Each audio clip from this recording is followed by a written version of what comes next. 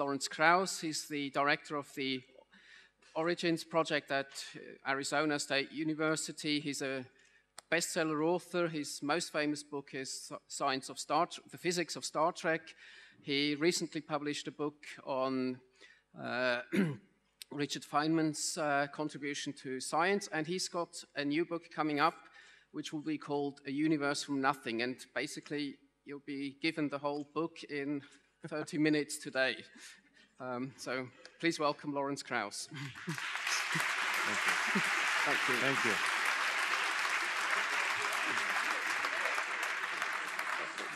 You won't be given the whole book. I would never give it away.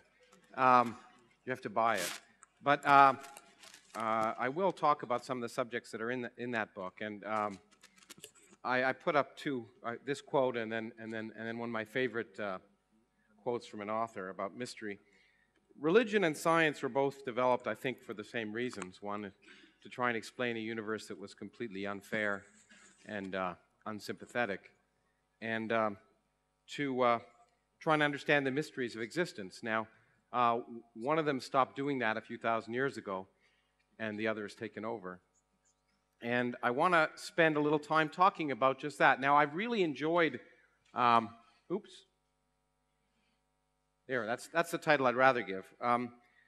One of the questions that is often asked, in fact, has been asked of me many times, when people try and argue that science alone is not sufficient to describe the universe, is this age-old question that goes back before Plato, but St. Augustine and others, and Aquinas promulgated it, which is, why is there something rather than nothing? Somehow that question is supposed to imply there must be a God. That if we cannot explain why there's something rather than nothing, then science is impotent. And what I want to do is spend a little time talking about why that question is passé, because in fact science has changed the way we think about the universe, in particular the way we think about something and nothing. Now, I've really enjoyed the morning, and I really enjoyed the demonstrations, the numerous demonstrations that outmoded religious thinking is both stupid and irrelevant. But I'm going to take a different tack, which is happy, because I spent too much of my time in the United States making those arguments, often with my friend Jeannie Scott. I want to not spend time talking about religion. I want to spend time talking about science, because in order to understand why those outmoded views are outmoded, you have to understand what we understand. Now, I know many of you have been kind enough to come up and tell me you've seen me on TV or videos, and so I don't want to repeat all of that, but nevertheless, I'm going to assume that not all of you are experts on cosmology anyway, and I'm going to spend the first hour or two talking a little bit about what we know about the universe, and then I want to talk about the concept of how it relates to this particular question, which I've thought a lot about in writing the new book in response to a lecture I gave in which there was a lot of interest. Okay, good. Oh, there we go. It comes back. Now, the first thing I want to do, so I want to spend my time celebrating knowledge rather than criticizing ignorance. And the knowledge I want to celebrate has come from the last 50 years at least, but we are in a golden era that it is amazing. We are living at a very fortunate time when our picture of the universe has changed more in 2 decades than it may have in the rest of human history. And we're exploring nature on scales that I would have thought when I was a graduate student were impossible to explore. And it is really an amazing time to be doing science, and wonderful. And I want to convey some of that, because we should celebrate it, and more people should celebrate it, which is one of the reasons why I spend my time writing and lecturing as well as doing science. But I want to summarize what we've learned in this context of the question that I was supposed to answer, which is that the universe isn't designed for us. So what we've learned is, as I'll explain to you, we're much more insignificant than we thought before.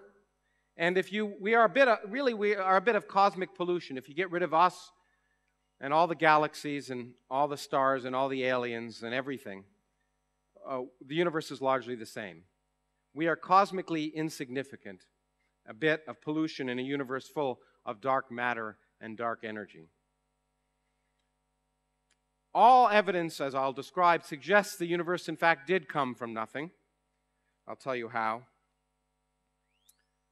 The laws of physics as we know them may in fact not be profound, but merely accidents. And that's not that depresses some people, but since we're merely accidents, I don't see that it's a big problem if the universe is too. And for those that take solace in somehow our existence, I want to remind you that the universe the future is miserable.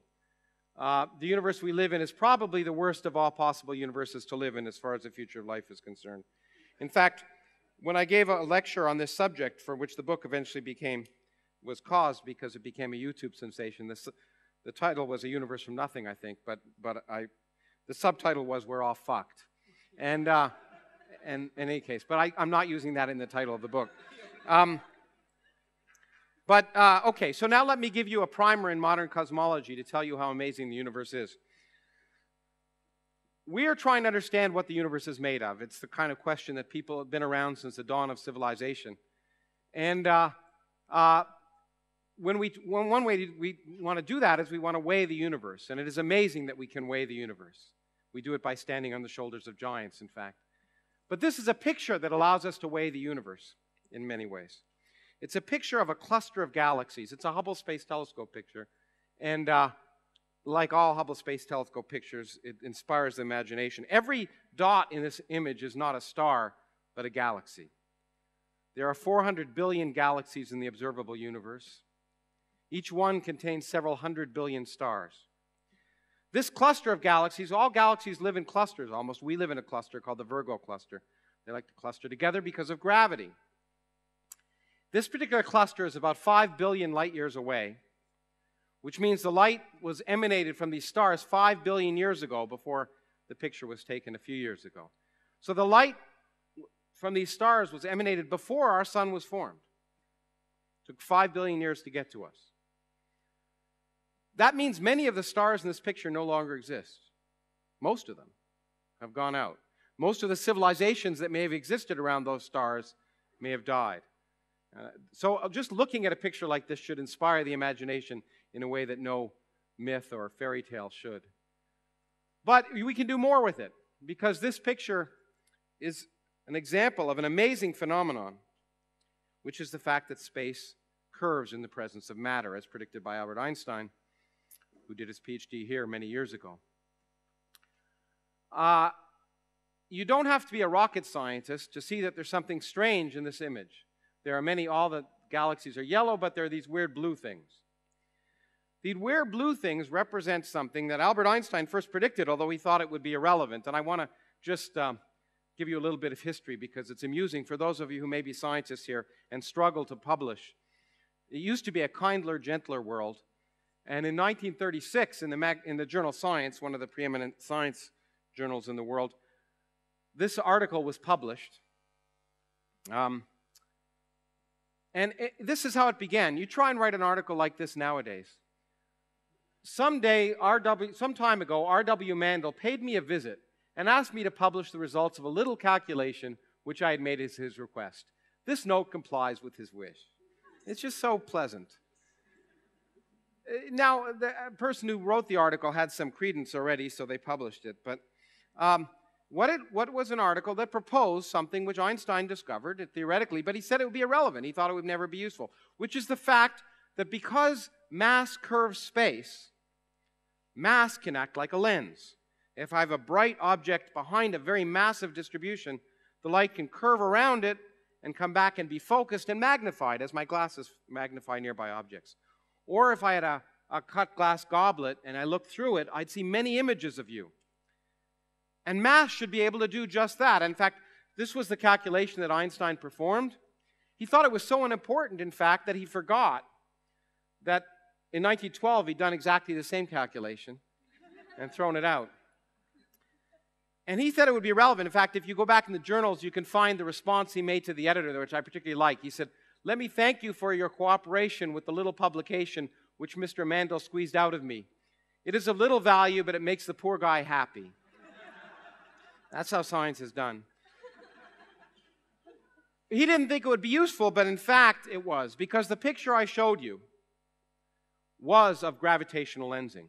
All of those blue images were multiple images of a single galaxy located 5 billion light years behind that cluster. And all of the images were created by the fact that mass curves space. It's an amazing contribute to the realization of general relativity. But more importantly, we can use it to weigh the universe because we understand that general relativity works, and we can ask the question, how much mass is in that cluster, and where is it distributed in order to produce the image? It's a very complicated mathematical problem, but you can solve it. So we take this image and we invert it, and that's where the mass is. In order to create the image you saw, the mass has to be here. Now, all the spikes are where the galaxies are. But the first thing to realize is that most of the mass here, this giant mountain of mass, is where the galaxies aren't. It's where it's dark. There's 50 times as much mass in that picture as meets the eye.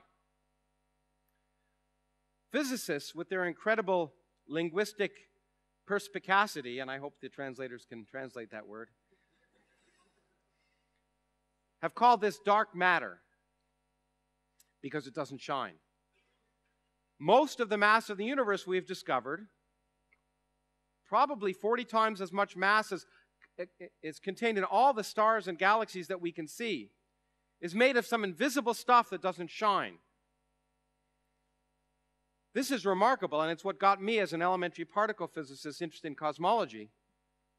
Because clearly it's the dominant stuff in the universe, and if we could figure out what it was, in fact, we could, as I'll argue in a moment, I thought we could figure out how the universe would end, and I wanted to be the first person to know. It seemed like a good idea at the time. We now know, for very good reasons that I don't have time to explain, that this material is probably made of some new type of elementary particle. Not made of any of the stuff that we see in this room normally, but that means that it's not just out there in the galaxy and in all these galaxies, it's in this room going right through your bodies as you're dozing off here. And that means we can do experiments to detect it. Or we might actually create it. And one of the very exciting things for us right now is that we're building experiments underground to try and look for these particles as they come through the Earth. And again, I don't have time to explain how we're doing that. But another possibility is we might create them if we build a large accelerator, as we've done outside Geneva. The Large Hadron Collider may create these particles that were first created at the beginning of time. And it's fascinating because we may discover the nature of reality, what makes up the universe. But it doesn't matter what the stuff is. We can say from this picture how much of it there is. And one of the great discoveries of the last 20 years is to add up all the matter in the universe, and we come up with the answer. Here it is. I can tell the size of amazement. Well, in physics, when we come up with an important number, we give it a Greek letter to seem scholarly. And we call it omega. But what this is the total amount of mass in the universe in matter. And what it is the ratio. As I'll show in a moment, Einstein told us that space could be curved. And that means the universe can exist in one of three types of forms. So-called open, closed, or flat. A closed universe is one with enough matter that space closes in on itself. So if you look far enough in that direction, you'll see the back of your head. Okay? An open universe and a flat universe are infinite in spatial extent, and we want to know which universe we live in. And it turns out as you add more matter to an open universe, and eventually you close it. And a flat universe is the boundary between the two. And this is the ratio of the total amount of matter in galaxies and dark matter divided by the amount you'd need to make an exactly flat universe. So this was the holy grail of cosmology for much of the 20th century. How much matter is there, and is there enough to make the universe flat or closed? And we now have discovered, apparently quite convincingly, that there's only 30% of the amount of stuff in the universe needed to make it flat. The universe is open. This is a remarkable observational discovery. However, theoretical physicists like me knew it was wrong. Because theoretical physicists know the answer to every question. They're not often right, but we always know the answer. And in this case, we knew the universe had to be flat because a flat universe is the only mathematically beautiful universe. And in particular, as I'll describe momentarily, it's the only universe that could come from nothing. And here these damn observers were coming up with the wrong answer. Well, it turns out this is a ridiculous way or a difficult way to try and measure the curvature of the universe by using mass and then general relativity and determining the curvature. Why don't you measure the curvature directly? And one of the other amazing and unheralded discoveries of the last decade or so is that we can measure the curvature of the universe directly. And we've done it, and I want to show you how. And then I'll get to the implications. I think I'll forget that. So here are these pictures of an open, closed, or flat universe. I think I'll skip that. Well, I won't skip for one point. If you want to determine if the Earth is flat, you can go around it. But if you can't go around it, how could you do that? Well, simply, you could ask a European high school student, what are the total number of the sum of the angles in a triangle? You'd ask a European high school student because an American high school student couldn't give you that answer. And the sum is 180 degrees. But that's because they learned the geometry from Euclid. On a sphere, as you can see, these are two-dimensional universes. The real universe is three-dimensional, but I can't draw curved three-dimensional universes. A triangle, the sum of the angles are different. And in an open universe, again, different. And it turns out it's true even for three-dimensional curved universes. So if we could try and find a triangle that's big enough and measure the angles, we could measure the curvature of the universe, and we've been able to do it using the most important discovery in cosmology and much of science, the cosmic microwave background radiation, the afterglow of the Big Bang. Radiation that's been coming at us from the Big Bang. It was discovered by accident in New Jersey, of all places, in 1965 by two people who didn't know what they were doing, but they won the Nobel Prize anyway, because you don't have to know anything to win a Nobel Prize, you just have to discover something. And what it is radiation coming at us from the Big Bang. If we look out back in time, when we look out at distant galaxies, we're doing cosmic archaeology. We're looking back at earlier times, and galaxies that are 1 billion light years away, the light came 1 billion years ago from them. Well, if the universe is 13.72 billion years old, which it is, except in Arkansas and Ohio and a few other places in the United States, then you would think if you look back 13.72 billion years out, you would see the Big Bang, and you would in principle. But you can't, because between you and the Big Bang, there's a wall. Not a physical wall like this, but essentially one. I can't see past this wall because the wall is opaque.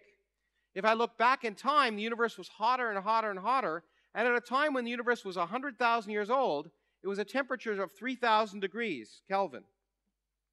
At that temperature, the radiation is hot enough to break apart matter into charged particles, protons and electrons, and form what's called a plasma. And a plasma is opaque to radiation. You can't see through it. So if you look out, well, what happens is at early times the universe is opaque and you can't see through it. But then at the moment the universe becomes neutral, when protons can capture electrons, when the universe cools down below 3,000 degrees, it becomes transparent, and you see the radiation coming from that last moment, what's called the last scattering surface. And that's the radiation we've seen. It's cooled from 3,000 degrees to 3 degrees. That was discovered in 1965, the afterglow of the Big Bang. Now, if we look at that picture, and I'll show you a picture of that radiation in a moment, one scale is very important, 1 degree across. Why? Because 1 degree represents about 100,000 light years. Now, Einstein told us that no information can travel faster than the speed of light. That means if the universe is 100,000 years old, nothing that happened here could affect anything over here because light can only travel that far. Equally important, if I have a lump of matter, well, it starts to collapse due to gravity, and all sorts of things happen if the lump is that small. But if the lump is this big, it doesn't even know it's a lump because gravity can't travel across it. So it doesn't start to collapse. So the biggest objects that can collapse are this size. But that gives us a triangle. Oh, I'll draw it here. It means if we look here and measure how big are those lumps, how big are the lumps on that surface, we can determine the geometry of the universe. Because in a flat universe, light rays travel in straight lines. And that will subtend an angle on our eye of 1 degree. But in an open universe, light rays bend outwards, and the same ruler that's 100,000 light years across will look smaller. And in a closed universe where light rays converge as you go back in time, the same ruler will subtend a bigger angle on our eyes. It'll look bigger. So we just have to look at those lumps and ask, are they 1/2 degree, 1 degree, or 2 degrees across, and we will measure the geometry of the universe. And we've done it. We did it first with an experiment here called the boomerang experiment in Antarctica. We had a microwave receiver on a balloon that went around the world, which is very easy to do in Antarctica. It's very easy at the South Pole. You just do this. But they did a little further away. It took 2 weeks to come around. And this is the image it returned, a false color image of that radiation.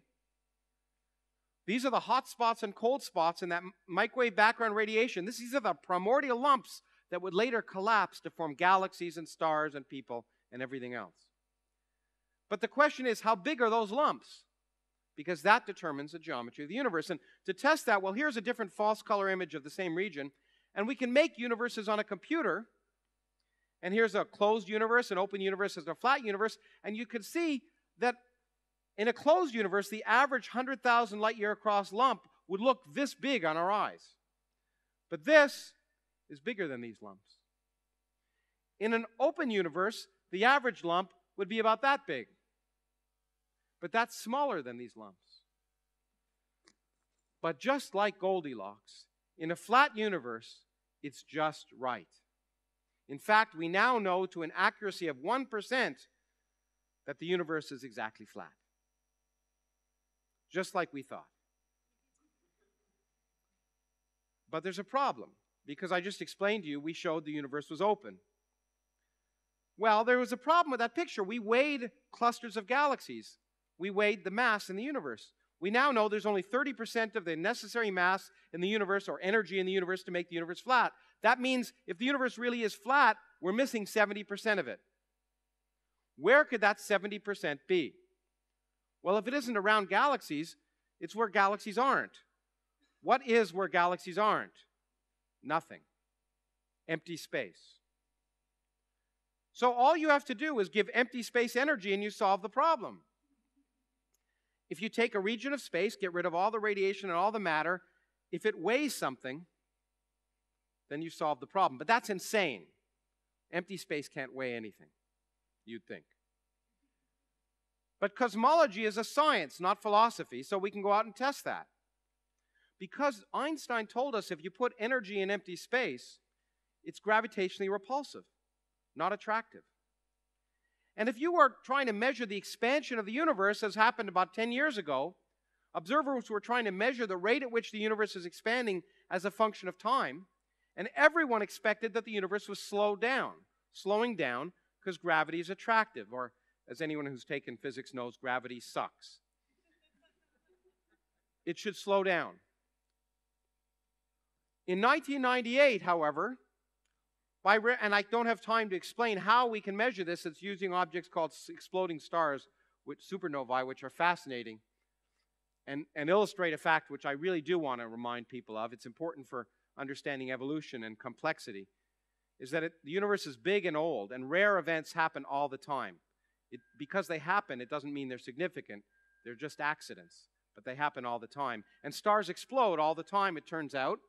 And by measuring these stars at different regions, we could actually try and determine if the universe was slowing down and the rate at which it was slowing down. And to figure that out, we draw a straight line through this distance versus velocity curve, put the whole thing down horizontally, and if the universe were slowing down as everyone thought, all of these supernovae should follow that curve.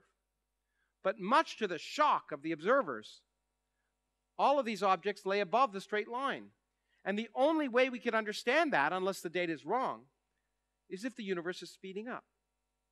If the expansion of the universe is accelerating.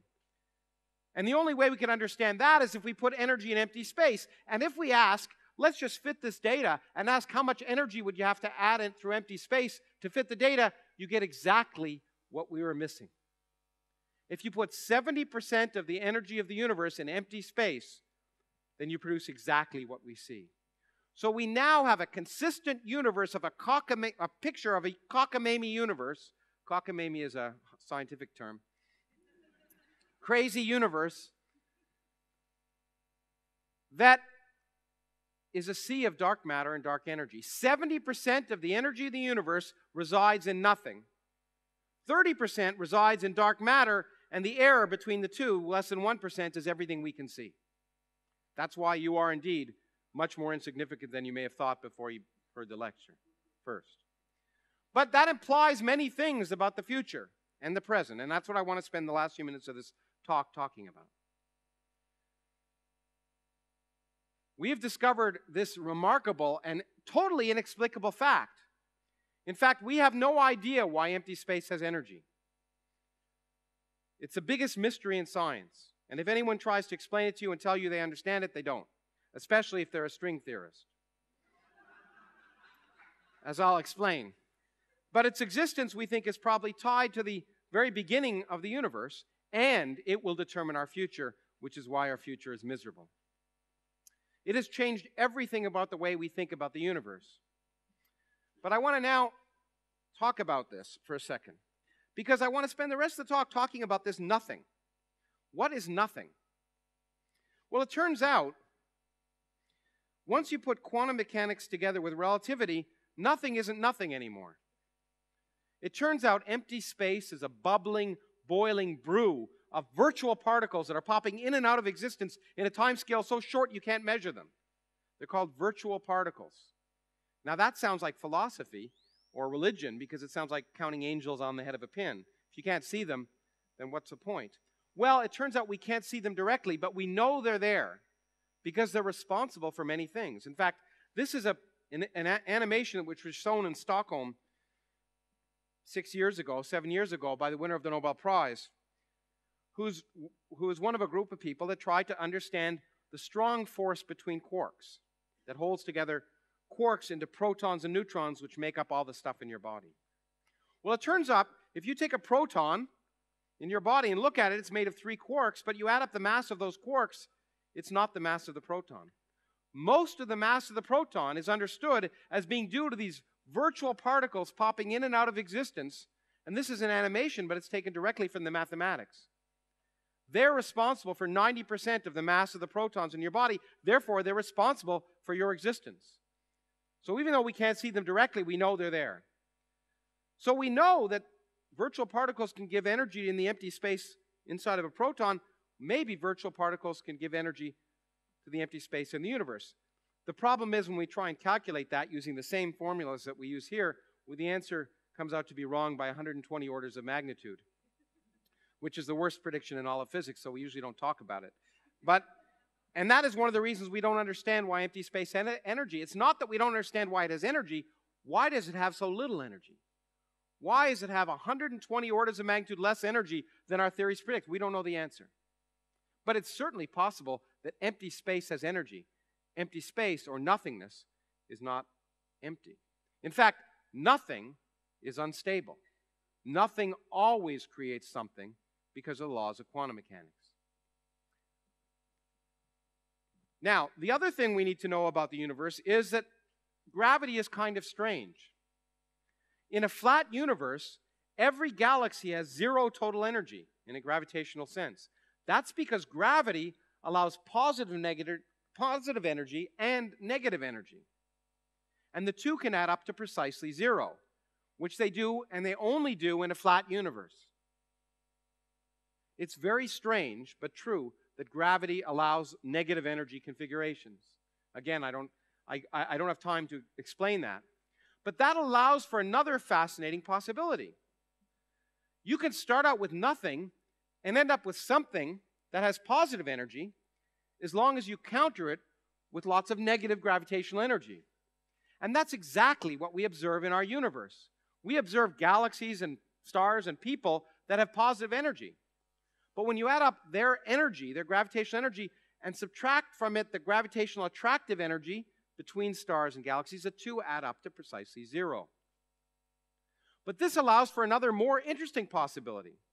Because as I'll point out, many religious people, when I and my colleague Stephen Hawking have argued about this with them, have said, well, you're not talking about nothing.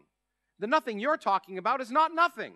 It's something. It's nothing plus quantum fluctuations and all sorts of other neat things. It's maybe empty space. It may have been the nothing that Plato or Aquinas talked about, but it's not the nothing we want to talk about now because it's got fields and quantum mechanics and all that stuff in it.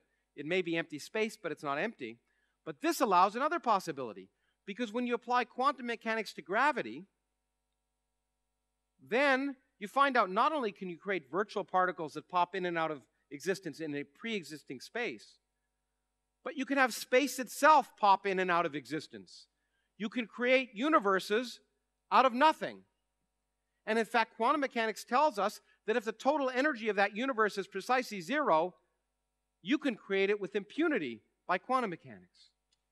So now you have a whole different kind of nothing. You have no space whatsoever, and it can be created by the laws of quantum mechanics, but only exist for a long time if its total energy is zero, which is precisely what we see today. Okay, so that's what I've said. Now, this alone is not sufficient. I was amused when I understood exactly when I listened to the talk about the Turin Shroud, is every time you disprove something, people who strongly believe it will come up with another reason why, another redefinition of the same term, so that they can continue to believe what they knew to be true before you asked the question. And so, we've gotten rid of two kinds of nothing: empty space, which can create particles, and now no space, which can create space, but that isn't good enough for many people, as I'll talk about. The question is it really nothing if you create space? Well, people have said, well, that's not nothing because you still have the laws of physics. Who created the laws of physics? There, you need a deity for that. I want to try and demolish that last viewpoint in the last 5 or so minutes of the talk. And it comes from this remarkable fact that the universe is dominated by the energy of empty space, but it's a little weird. This is the most complicated figure I'll show, so it's downhill from here. This is a brief history of time. This shows the density of matter in the universe as the universe expands. The density of matter goes down as 1 over the volume. As the universe gets bigger, the density goes down. This is the energy density of empty space, which remains constant. Because there's nothing there, it doesn't get diluted. We are living, if our current picture is correct, right here. But this is a very strange time, because it's the only time in the history of the universe when these two quantities are almost the same. Now, Copernicus told us we don't live in a special place or a special time. So why should we live in the only period in the history of the universe when those two numbers are the same? At much earlier times, the energy of matter was much bigger than the energy of empty space. At much later times, the energy of empty space will be much bigger than the energy of matter. Why? This has caused physicists problems. And the answer one group has come up with is that galaxies exist. Now, why is that? Well, if the energy of empty space were, say, 50 times bigger, these two curves would still cross, but at a different time. But if it was 50 times bigger, they'd cross at the time that galaxies first formed. But the energy of empty space is gravitationally repulsive. If it dominated the universe before galaxies formed, galaxies wouldn't form. The repulsion would beat out the attraction. So this has led to an idea, which I call anthropic mania, that maybe there are many, many different universes. And in each one, the energy of empty space can vary, and then only those in which it's not much greater than we measure today will galaxies form. And only then will stars and planets form, and only then will astronomers form. So the universe is the way it is because astronomers are here to measure it. Now you laugh. It almost sounds religious. It's not. If anything, in fact, it's just a very extreme version of natural selection. Bees can see the colors of flowers that they want to get stuff from so they can make what they need to live, because if they couldn't, they wouldn't survive.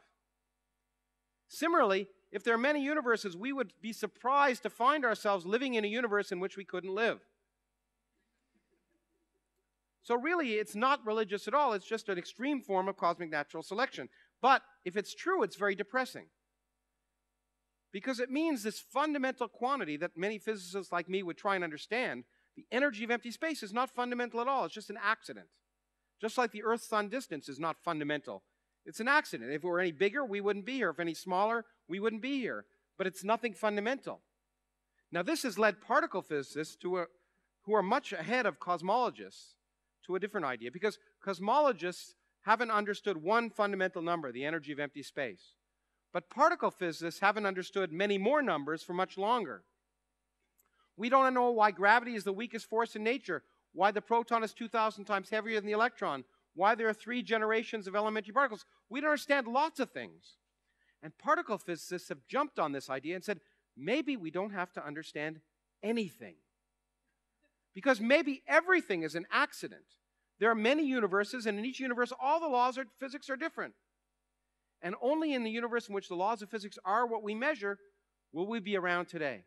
Therefore, what we need is not a theory of everything, but a theory of anything. And we have such a theory. It's called string theory. So I want to spend one slide showing you what string theory is if you haven't heard of it. One person says to another, I just had an awesome idea. Suppose that all matter and energy is made of tiny vibrating strings. And the second person says, okay, what would that imply? And the first person says, I don't know. That's the history of string theory for the last 40 years. But what string theory tells us, if it argues, is that there are many more dimensions in the universe, 10 at least, and 6 of them get curled up, and only 4 are big enough for us to see, which is strange.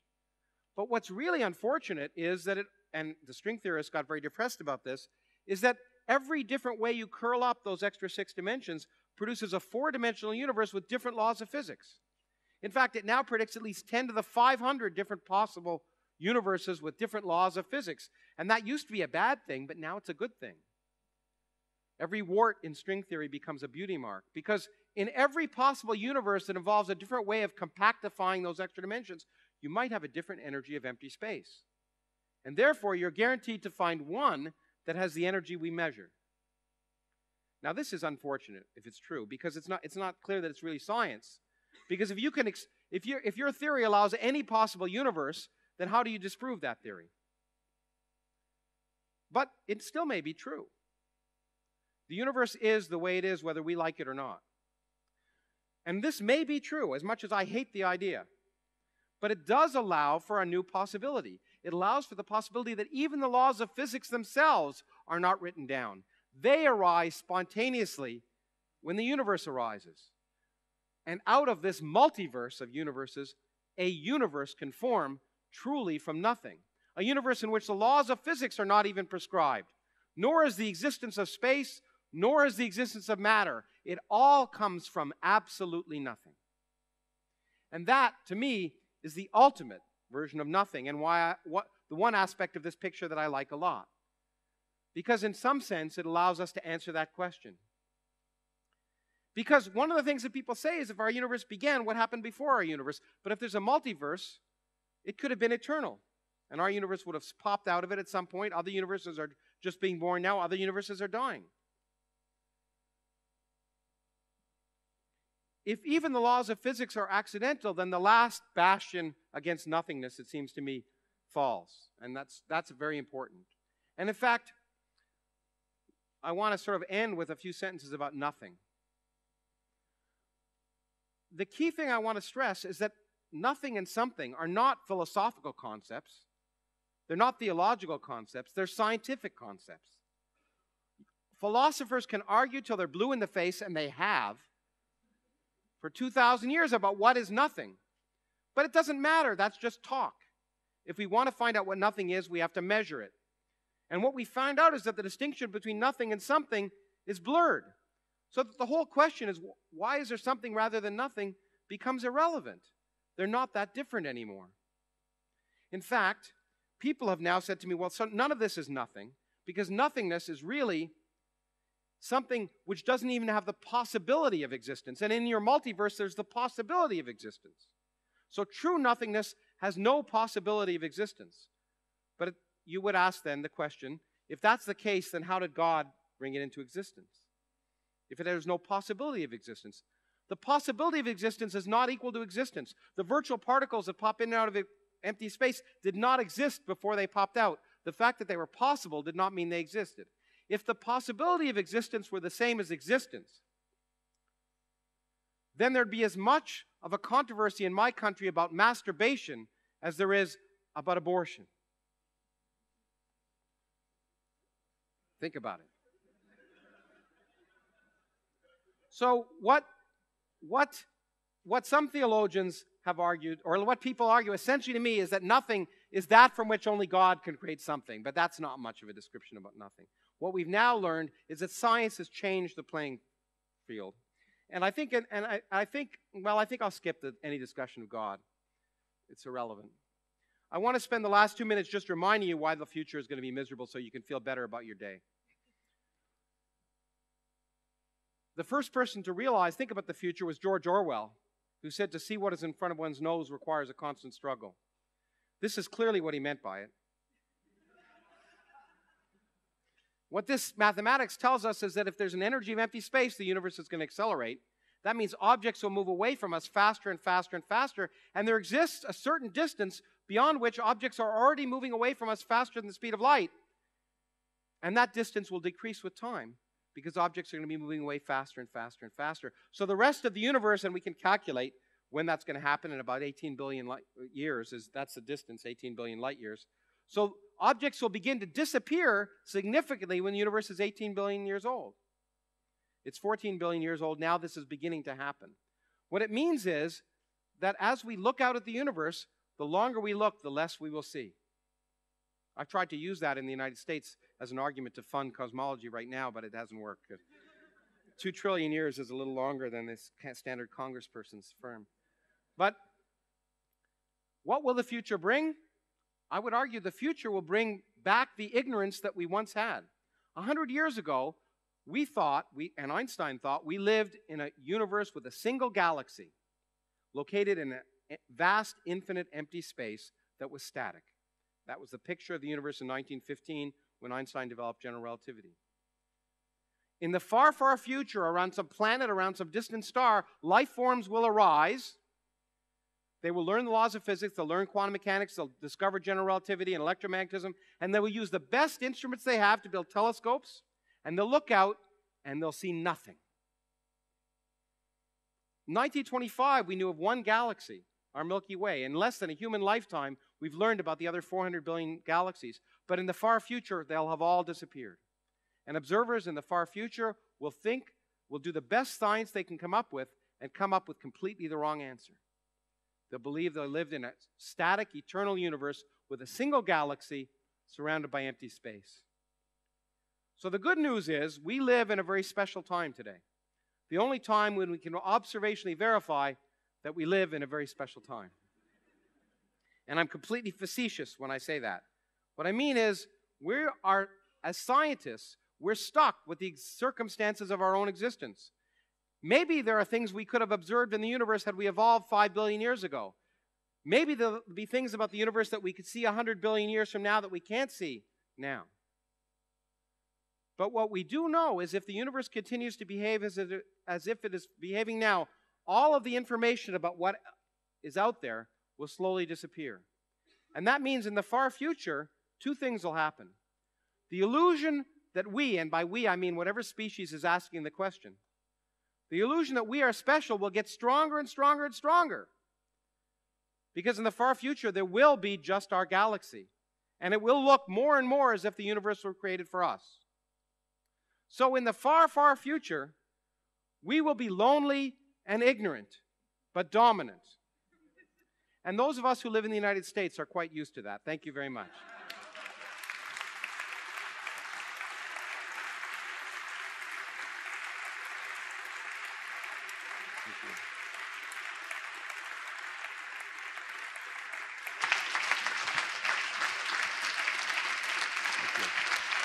Thank you. Thank you. Do we have time for some questions? Do we have time for questions? We are behind, but let's take 3, and please ask brief questions. Leave the comments to the lunch break. Oh, it's all right. I'm good at cutting people off. Yeah. Hello. So yes. My first question is, my only question. My only question is, if things right now, if we are in a special moment right now, and in the future, the one which will actually ask the question, will not be able to see there is more than this galaxy. would you think that there will be a chicken and egg problem and say the ignorance of that people will be guided by the fact that they won't have access to any kind of knowledge, so that would actually lead them not being curious about the universe? Well, look, I joined the last speaker in saying I don't make predictions, except about the universe. I like to think that intelligence is associated with both questioning and skepticism. And there'll be many interesting things to measure in such a universe. You'll have stars, you'll have planets, you'll have lots of interesting questions about life. How did life evolve? Learning the laws of physics, building quantum computers. There'll be lots to do, even though their understanding of the universe might be wrong on the larger scales. Just as today, and this is part of the conceit of particle physicists like myself often, is we assume, string theorists used to call their theory the theory of everything. The actual fact is, even if it was right, it's a theory of almost nothing. Because most of the universe is irrelevant. These questions of extra dimensions are irrelevant to understanding how oatmeal boils, or how climate changes. And so there's many interesting questions that can be asked even if we don't understand the universe on the larger scales, and we're proof of it. We've discovered most of the great physics of the 20th century without knowing that that most of these galaxies existed, or that the universe was accelerating. These are all recent discoveries. But one thing we're sure to know, and it'll be true in the future just as it's true today, is every time we open a new window on the universe, we are surprised.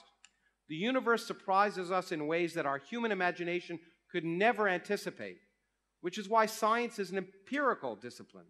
It's governed not by theories, but by experiment. And if we stop asking experimental questions, then surely we will stop having a civilization. Yeah. Thank you very much, Professor Krauss, for this great talk. My question is about energy. You told us that empty space has energy. And is it now possible in theoretical physics that we get rid of the dark matter just by adding the energy to the energy of the dark matter to the energy of the empty space? No, it turns out it's not, because energy comes in different types, and the gravitational behavior is very different. So dark matter, even though it's not made of the same stuff as us, falls in a gravitational field, and it clusters, and it forms galaxies and stars, and in fact, the dark matter is responsible for your existence. If the dark matter weren't here, our galaxy would never have formed, and the stars would never have formed. Whereas empty space has very different gravitational properties. And it is true that one type of energy can be converted to the other type, but when that happens, the behavior of the universe changes dramatically. For instance, one possibility is that the energy we measure in empty space now is just a transient. It's like when you cool down, we're in Zurich, beer, okay? You cool it down. Some of you have done this. You put it in the freezer because you want to have a quick drink, and you forget about it, and you take it out. It's liquid. You open the bottle. Suddenly it freezes, and the bottle breaks. That's because when there's a phase transition between liquid and solid, energy can be stored and suddenly released. It may be that the energy we're measuring in empty space is not the absolute minimum energy, that one day there'll be a phase transition and that energy will be released, which would be fascinating. But it won't be fascinating for us, because the minute that happens, everything that now exists will go away. So the good news is we won't know about it in advance. But the bad news is we won't get the answer to our question until we're not here anymore. Is there any last question or no? Maybe we should, people are hungry. One more. Okay, one more. I guess this young man here. Thank you, Professor. Very brilliant talk. I just had one simple question about the even further future. Okay. Will the universe essentially go on forever, or will there be a time when I say the matter will just simply all vanish and there won't be nothing anymore except empty space? Well, of course, again, we don't know for certain because we don't know all the laws of physics. We don't know what the energy of empty space is and whether it'll change. Nevertheless, as a theorist, I spend a lot of my time thinking about that, and I've actually written, as you may know, papers on this very subject. The picture that we now have, it's kind of like the Charles Dickens Christmas story, though. It's the future as it might be. I can't guarantee you it's the future. Is dismal. Not only it turns out will the universe become cold and dark and empty because all the galaxies will disappear and all the stars will burn out and it'll get colder and colder and darker, but you can show, using simple laws of physics, that life must end. That life cannot persist forever, even in an eternally expanding universe. So the future, as we now think it will be a future of a cold, dark, empty universe, which you might call nothing. And as my friend Christopher Hitchens, who's writing the foreword for my new book, has said, based on my teaching him cosmology, if you ask the question, why is there something rather than nothing, in some sense the answer is just wait. Thank you very much.